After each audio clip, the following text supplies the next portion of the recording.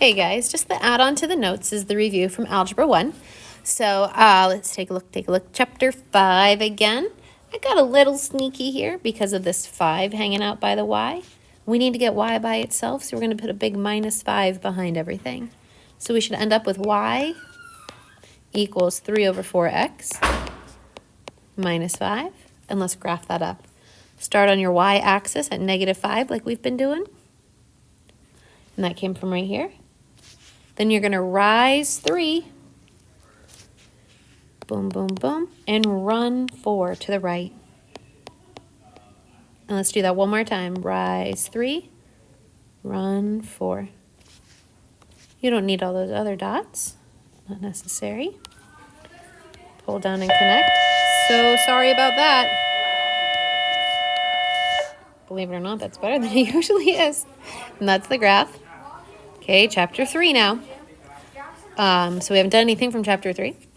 We need to get x by itself. Everybody see this x? Minus 6, so that we're getting there, little by little, right? Remember, if you divide by a negative, to flip your sign. Bring down your negative 4x. Cross those 6's off. Bring down your sign. Greater than. Bring down 12, because 18 minus 6. Divide by negative 4 here. Divide by negative 4 here. X. Now, because we divided by a negative, explanation point here. Let me draw a fancy explanation point. Oh, that was messy. Exclamation point. Da, da, da, da. Dividing by a negative. It looks like pizza. Flip your sign. 12 divided by 4. So when you divide by a negative, your sign will flip. And 12 divided by negative 4 is negative 3. We do need to graph that solution, it says solve for x, done.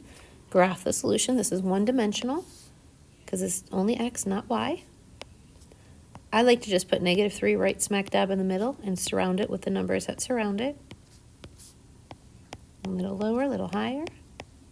This will be an open circle because it's not equal to, and it says less than, so it needs to point to the left. So there's the graph. Open because see how it would be equal to? It's not equal to, so we need it to be open. If it was equal to, it would be closed. And then chapter 4, this is function notation. And we're going to have a function based on x.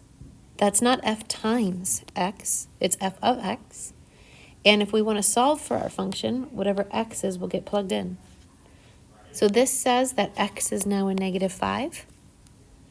So in order to find that, I keep my 2, but I don't write x anymore. X is now negative 5.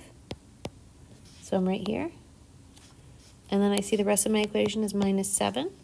Just in case you're struggling, 2, 2, negative 7, x, x.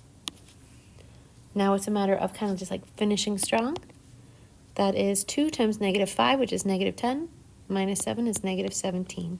And you can type that in your calculator in one step if that's hard for you, okay? That's the end.